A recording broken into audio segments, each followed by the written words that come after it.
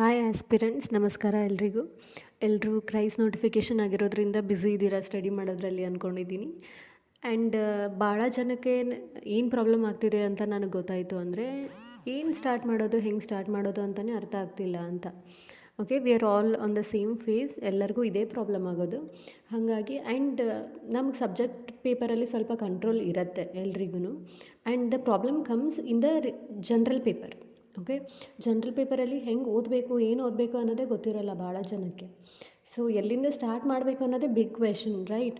So ಹಾಗಾಗಿ ನಾನು ಒಂದು ಟೈಮ್ ಟೇಬಲ್ ರೆಡಿ ಮಾಡ್ಕೊಂಡಿದ್ದೀನಿ and I am following it. ನಿಮಗೆ ಅನುಕೂಲ ಇದ್ದರೆ, ನಿಮಗೆ ಸರಿ ಅನಿಸಿದರೆ you can also follow it.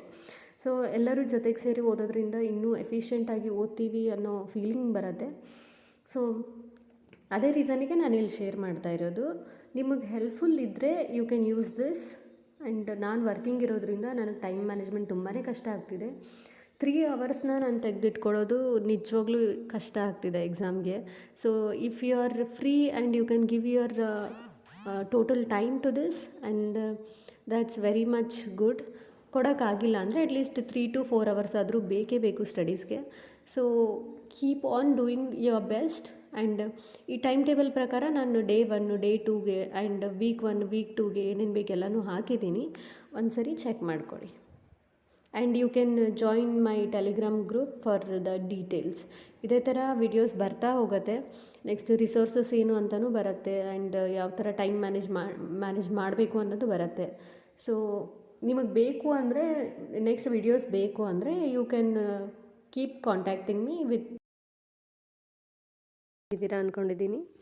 ನಾನು ಇಷ್ಟು ದಿವಸ ನಿಮಗೆ ಡೈಲಿ ಟಾರ್ಗೆಟ್ಸ್ನ ಅಪ್ಲೋಡ್ ಮಾಡ್ತಾ ಇದ್ದೆ. ಬಟ್ ಡೈಲಿ ಬೇಸಿಸಲ್ಲಿ ಅಪ್ಲೋಡ್ ಮಾಡೋದಕ್ಕೆ ನನಗೂ ಕಷ್ಟ ಆಗ್ತಿದೆ.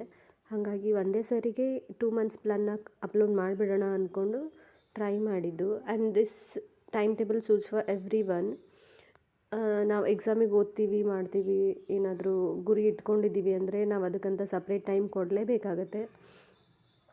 ಸೊ ಏನು ಕೆಲಸ ಇದ್ರೂ ನಾವು HSTR ಎಕ್ಸಾಮಿಗೆ ಪ್ರಿಪೇರ್ ಆಗ್ತೀವಿ ಅಂದರೂ ಮಿನಿಮಮ್ ನಾವು 7 to 8 ಅವರ್ಸ್ನ ಕೊಡಲೇಬೇಕಾಗತ್ತೆ. ಅಷ್ಟು ಆಗಲ್ಲ, ನಾವು ವರ್ಕಿಂಗ್ ಇದ್ದೀವಿ ಅನ್ನೋರಿಗೆ ಅಟ್ಲೀಸ್ಟ್ 3 to 4 ಅವರ್ಸ್ ಅಂತೂ ಕೊಡಲೇಬೇಕು. ಅಷ್ಟರಲ್ಲಿ 3 to 4 ಅವರ್ಸ್ ಕೊಟ್ಟು 2 ಮಂತ್ಸಲ್ಲಿ ಸಿಲೆಬಸ್ನ ಕಂಪ್ಲೀಟ್ ಮಾಡೋದು ಸ್ವಲ್ಪ ಕಷ್ಟ ಆಗುತ್ತೆ. ಬಟ್ ಕಾನ್ಸಂಟ್ರೇಷನ್ ಮಾಡಿ ಓದಿದ್ರೆ ಯಾವುದೂ ಇಂಪಾಸಿಬಲ್ ಅಲ್ಲ ಅಲ್ವಾ? So I have prepared a time table for you all. ಯಾರಿಗೆ ಇದರಿಂದ ಹೆಲ್ಪ್ ಆಗುತ್ತೆ, ಹೆಲ್ಪ್ ಆದರೆ ನನಗೂ ಖುಷಿನೇ. ಹೆಲ್ಪ್ ಆಗಿಲ್ಲ, ನಮ್ಗೆ ಇನ್ನೂ ಸ್ವಲ್ಪ ಡೀಟೇಲ್ ಬೇಕು, ಇಲ್ಲ ಇನ್ನೂ ವೇರಿಯೇಷನ್ಸ್ ಬೇಕಂದ್ರೂ ಯು ಕ್ಯಾನ್ ಟೆಲ್ ಮೀ. ನಾನು ಅದನ್ನು ಮಾಡ್ತೀನಿ. Okay, this is my first trial. ನಾನು ಇದನ್ನೇ ಫಾಲೋ ಮಾಡ್ತಾ ಇರೋದು ಆ್ಯಕ್ಚುಲಿ. ಯಾಕಂದರೆ ನನಗೆ ಸ್ವಲ್ಪ ಡಿಫಿಕಲ್ಟ್ ಅನಿಸೋದು ಜನರಲ್ ಪೇಪರಲ್ಲಿ ಕರೆಂಟ್ ಇವೆಂಟ್ಸ್ ಆಗಿರ್ಬೋದು, ಆರ್ ಏನು ಹಿಸ್ಟ್ರಿ ಆಗಿರ್ಬೋದು, ಜೋಗ್ರಫಿ ಆಗಿರ್ಬೋದು. ನಂದು ಸೈನ್ಸ್ ಬ್ಯಾಕ್ಗ್ರೌಂಡ್ ಆಗಿರೋದ್ರಿಂದ ನನಗೆ ಇದನ್ನು ಓದೋದು ಸ್ವಲ್ಪ ಕಷ್ಟ ಆಗುತ್ತೆ. ಹಾಗಾಗಿ ಆ್ಯಂಡ್ ಇದನ್ನು ಕವರ್ ಮಾಡೋದು ಡೈಲಿ ಬೇಸಿಸಲ್ಲಿ ನಾಟ್ ಈಸಿ ಅದು. ಓಕೆ, ನಾವು ಪೇಪರ್ನ ರೆಫರ್ ಮಾಡಬೇಕಾಗತ್ತೆ, ಆರ್ ಸಮ್ ಕರೆಂಟ್ ಇವೆಂಟ್ಸ್ನ ಡೈಲಿ ನಾವು ರಿವೈಸ್ ಮಾಡ್ತಾ ಹೋಗಬೇಕಾಗತ್ತೆ. It's not easy. ಹಾಗಾಗಿ I have given more importance to general paper. And subjective paper ನಾವು ಹೆಂಗೆ ಮಾಡಬೇಕು ಅನ್ನೋದು ನಮಗೊಂದು ಐಡಿಯಾ ಇದ್ದೇ ಇರುತ್ತೆ. ಯಾಕಂದರೆ ನಾವು ಬ್ಯಾಚುಲರ್ಸ್ ಡಿಗ್ರಿಯಲ್ಲಿ ಓದಿರ್ತೀವಿ, ನಿಮ್ಮದು PG ಆಗಿದ್ದರೆ PGಯಲ್ಲಿ ಓದಿರ್ತೀರ, ಆ್ಯಂಡ್ B.Edಲ್ಲೂ ನೀವು ಓದೇ ಇರ್ತೀರ. ಸೊ ಸಬ್ಜೆಕ್ಟಿವ್ ಪೇಪರ್ ಬೇಕು ಅಂದ್ರೂ I can guide you. Still general ಪೇಪರಲ್ಲೇ ಒಂದಿಷ್ಟು ಜನಕ್ಕೆ ಪ್ರಾಬ್ಲಮ್ ಆಗೋದು. ಆ್ಯಂಡ್ ಅವ್ರು ನಮ್ಮನ್ನು ಫಿಲ್ಟರ್ ಮಾಡೋದು ಕೂಡ ಜನರಲ್ ಪೇಪರಲ್ಲೇ. ಯಾಕಂದರೆ ನಾವು ಸಬ್ಜೆಕ್ಟ್ ವೈಸ್ ಓದಿರ್ತೀವಿ, ಜನರಲ್ ಪೇಪರ್ದಷ್ಟು ನಮಗೆ ಹಿಡಿತಾ ಇರೋದಿಲ್ಲ. ಯಾರು ಬೇರೆ ಎಕ್ಸಾಮ್ಗೆಲ್ಲ ಓದ್ತಾ ಇದ್ದೀರಾ ಅವ್ರಿಗೆ ಇರ್ಬೋದೇನೋ, ಬಟ್ ನಾನು ಜನರಲ್ ಪೇಪರ್ ಅಷ್ಟೊಂದು ಓದಿಲ್ಲ. ಹಾಗಾಗಿ ನನಗೆ ಅದು ಡಿಫಿಕಲ್ಟ್ ಅನಿಸುತ್ತೆ. That's why I have made my time table according to my strategy or my capacity. So ನಿಮಗೆ ಯಾವುದು ಡಿಫಿಕಲ್ಟ್ ಅನಿಸುತ್ತೆ ಅಂತ ನನಗೆ ನೀವು ಹೇಳಿದರೆ ನಾನು ಅದ್ರ ಪ್ರಕಾರ ಇನ್ನೊಂದು ಟೈಮ್ ಟೇಬಲ್ ಮಾಡ್ತೀನಿ.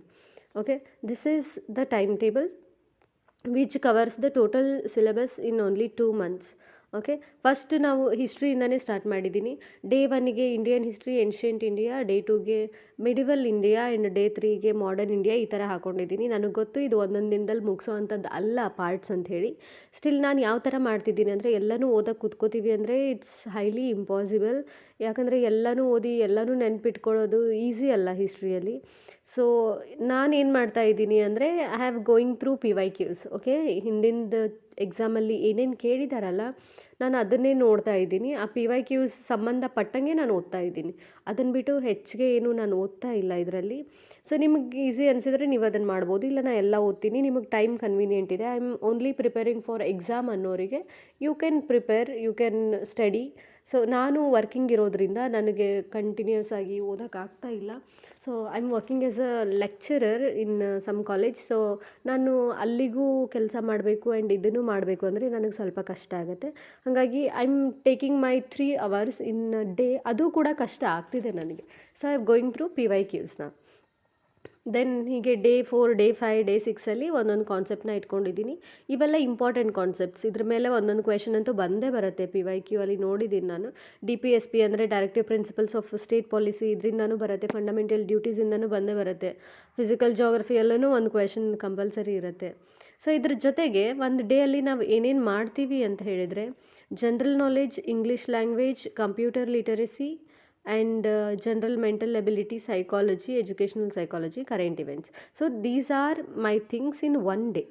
ಸೊ ಓಕೆ, ಒನ್ ಡೇ ಅಲ್ಲಿ ನಾನು ಏನೇನು ಮಾಡ್ತೀನಿ ಅಂದರೆ ಜನರಲ್ ನಾಲೆಡ್ಜಲ್ಲಿ ಫಸ್ಟ್ ಡೇ ನಾನು ಏನು ಮಾಡ್ತೀನಿ ಅಂದರೆ ಇಂಡಿಯನ್ ಹಿಸ್ಟ್ರಿ. ಓಕೆ, ಆ್ಯಂಡ್ ಅದೇ ಡೇಯಲ್ಲಿ ನಾನು ಇಂಗ್ಲೀಷ್ ಲ್ಯಾಂಗ್ವೇಜಲ್ಲಿ ಏನು ಓದ್ತೀನಿ ಅನ್ನೋದು ನನಗೆ ಬಿಟ್ಟಿರೋದು. Then computer literacy, then general mental ability, psychology, ಅದೇ educational psychology and current events ಇದರಲ್ಲೇ ಬರುತ್ತೆ. ಓಕೆ, ನೆಕ್ಸ್ಟ್ ವೀಕಲ್ಲಿ ಏನು ಮಾಡ್ತೀನಿ ಅಂದರೆ, ಅಗೇನ್ ನಾನು ಡೇಯಲ್ಲಿ ನಾನು ಈ ದಿನಕ್ಕೆ ಇದೇ ಓದಬೇಕಂತ ಹಾಕ್ಕೊಂಡಿರೋದು ಬರೀ ಜನರಲ್ ಪೇಪರ್ ಮಾತ್ರ. ಸೊ ಇಂಗ್ಲೀಷಲ್ಲಿ ನಾನು ವೊಕ್ಯಾಬ್ಯುಲರಿ ತೊಗೊಂಡಿದ್ದೀನಿ. ಡೇಲಿ 6 ಹೊಸ ವರ್ಡ್ಸ್ನ ಕಲೀಲೇಬೇಕು. ಯಾಕಂದರೆ ಒಂದೊಂದು ಸರಿ ಏನಾಗುತ್ತೆ ಅಂದರೆ, ನಮಗೆ ಗೊತ್ತಿದ್ರೂ ಡ್ಯೂ ಟು ವರ್ಡ್ ಮೀನಿಂಗ್ ಗೊತ್ತಿಲ್ಲದೆ ಇರೋದ್ರಿಂದ ನಾವು ಕ್ವೆಶನ್ನ ಬಿಟ್ಟು ಬರ್ತೀವಿ. ಸೊ ವರ್ಡ್ ಮೀನಿಂಗ್ನ ಕಲೀಲೇಬೇಕು. ಇಲ್ಲಾಂದರೆ ಅವರು ಆ್ಯಂಟೋನಿಮ್ಸ್, ಸಿನೋನಿಮ್ಸ್ ಕೊಟ್ಟರು ನಮಗೆ ಮಾಡೋಕ್ಕೆ ಬರೋದಿಲ್ಲ. So vocabulary is important. And ಗ್ರಾಮರಲ್ಲಿ ಪಾರ್ಟ್ಸ್ ಆಫ್ ಸ್ಪೀಚಿಂದನೇ ಸ್ಟಾರ್ಟ್ ಮಾಡೋದು ಇಂಗ್ಲೀಷ್ ಯಾವಾಗ್ಲೂ. ನಮಗೆ ಎಷ್ಟೇ ಹಿಡಿತಾ ಇದೆ ಲ್ಯಾಂಗ್ವೇಜಲ್ಲಿ ಅಂತ ಅನಿಸಿದ್ರೂ ನಾವು ಸಬ್ಜೆಕ್ಟ್ ಬಿಟ್ಟು ಲ್ಯಾಂಗ್ವೇಜ್ ಕಲಿತೀವಿ ಅಂದಾಗ always we should start from parts of speech. Okay, then computer basics ನಿಮಗೆ ಗೊತ್ತಿದೆ ಅನ್ನೋರಿಗೆ you can go from hardware and software. ಗೊತ್ತಿಲ್ಲ ಅನ್ನೋರಿಗೆ ವಾಟ್ ಈಸ್ ಕಂಪ್ಯೂಟರಿಂದ ಸ್ಟಾರ್ಟ್ ಮಾಡಿ. ಓಕೆ, ಎನಲಾಗಿ ಅಂದರೆ this comes under mental ability. Okay, then introduction to psychology, meaning and nature of education and daily current affairs ಇದರಲ್ಲೇ ಮಾಡ್ತೀನಿ. Day 7, day 8, day 9 ಅಂತ ಹಾಕ್ಕೊಂಡಿದ್ದೀನಲ್ಲ, ಇದರಲ್ಲೇ ಇದೇ ಟಾಪಿಕನ್ನೇ ಮಾಡ್ತೀನಿ. ಇಲ್ಲಾಂದರೆ ನನಗೆ ಪೇಪರಲ್ಲಿ ಜನರಲ್ ನಾಲೆಡ್ಜ್ ನನ್ನ ಕೈಗೆ ಸಿಗೋದಿಲ್ಲ. ಅದು ಹಾಗಾಗಿ ನಾನು ಅದನ್ನೇ ಬರೆದು ಇಟ್ಕೊಂಡಿರೋದು. ಉಳಿದಿರೋದನ್ನೆಲ್ಲ ನಾನು ಮಾಡ್ಕೋತೀನಿ ಅನ್ನೋ ಕಾನ್ಫಿಡೆನ್ಸ್ ನನಗಿದೆ. ದೆನ್ ನೆಕ್ಸ್ಟ್ ವೀಕಲ್ಲಿ day 13 to day 18 general science and environment and Indian geography, world geography ಅಂತ ಹಾಕ್ಕೊಂಡಿದ್ದೀನಿ. ಓಕೆ, ವರ್ಲ್ಡ್ ಜೋಗ್ರಫಿಯಲ್ಲಿ ಏನೇನು ಬೇಕು ಅದನ್ನು ಮಾಡ್ಕೊಂಡಿದ್ದೀನಿ. ವೊಕ್ಯಾಬ್ಯುಲರಿ 6 ವರ್ಡ್ಸ್ ಇದ್ದೇ ಇರುತ್ತೆ. ಗ್ರಾಮರಲ್ಲಿ ಟೆನ್ಸಸ್.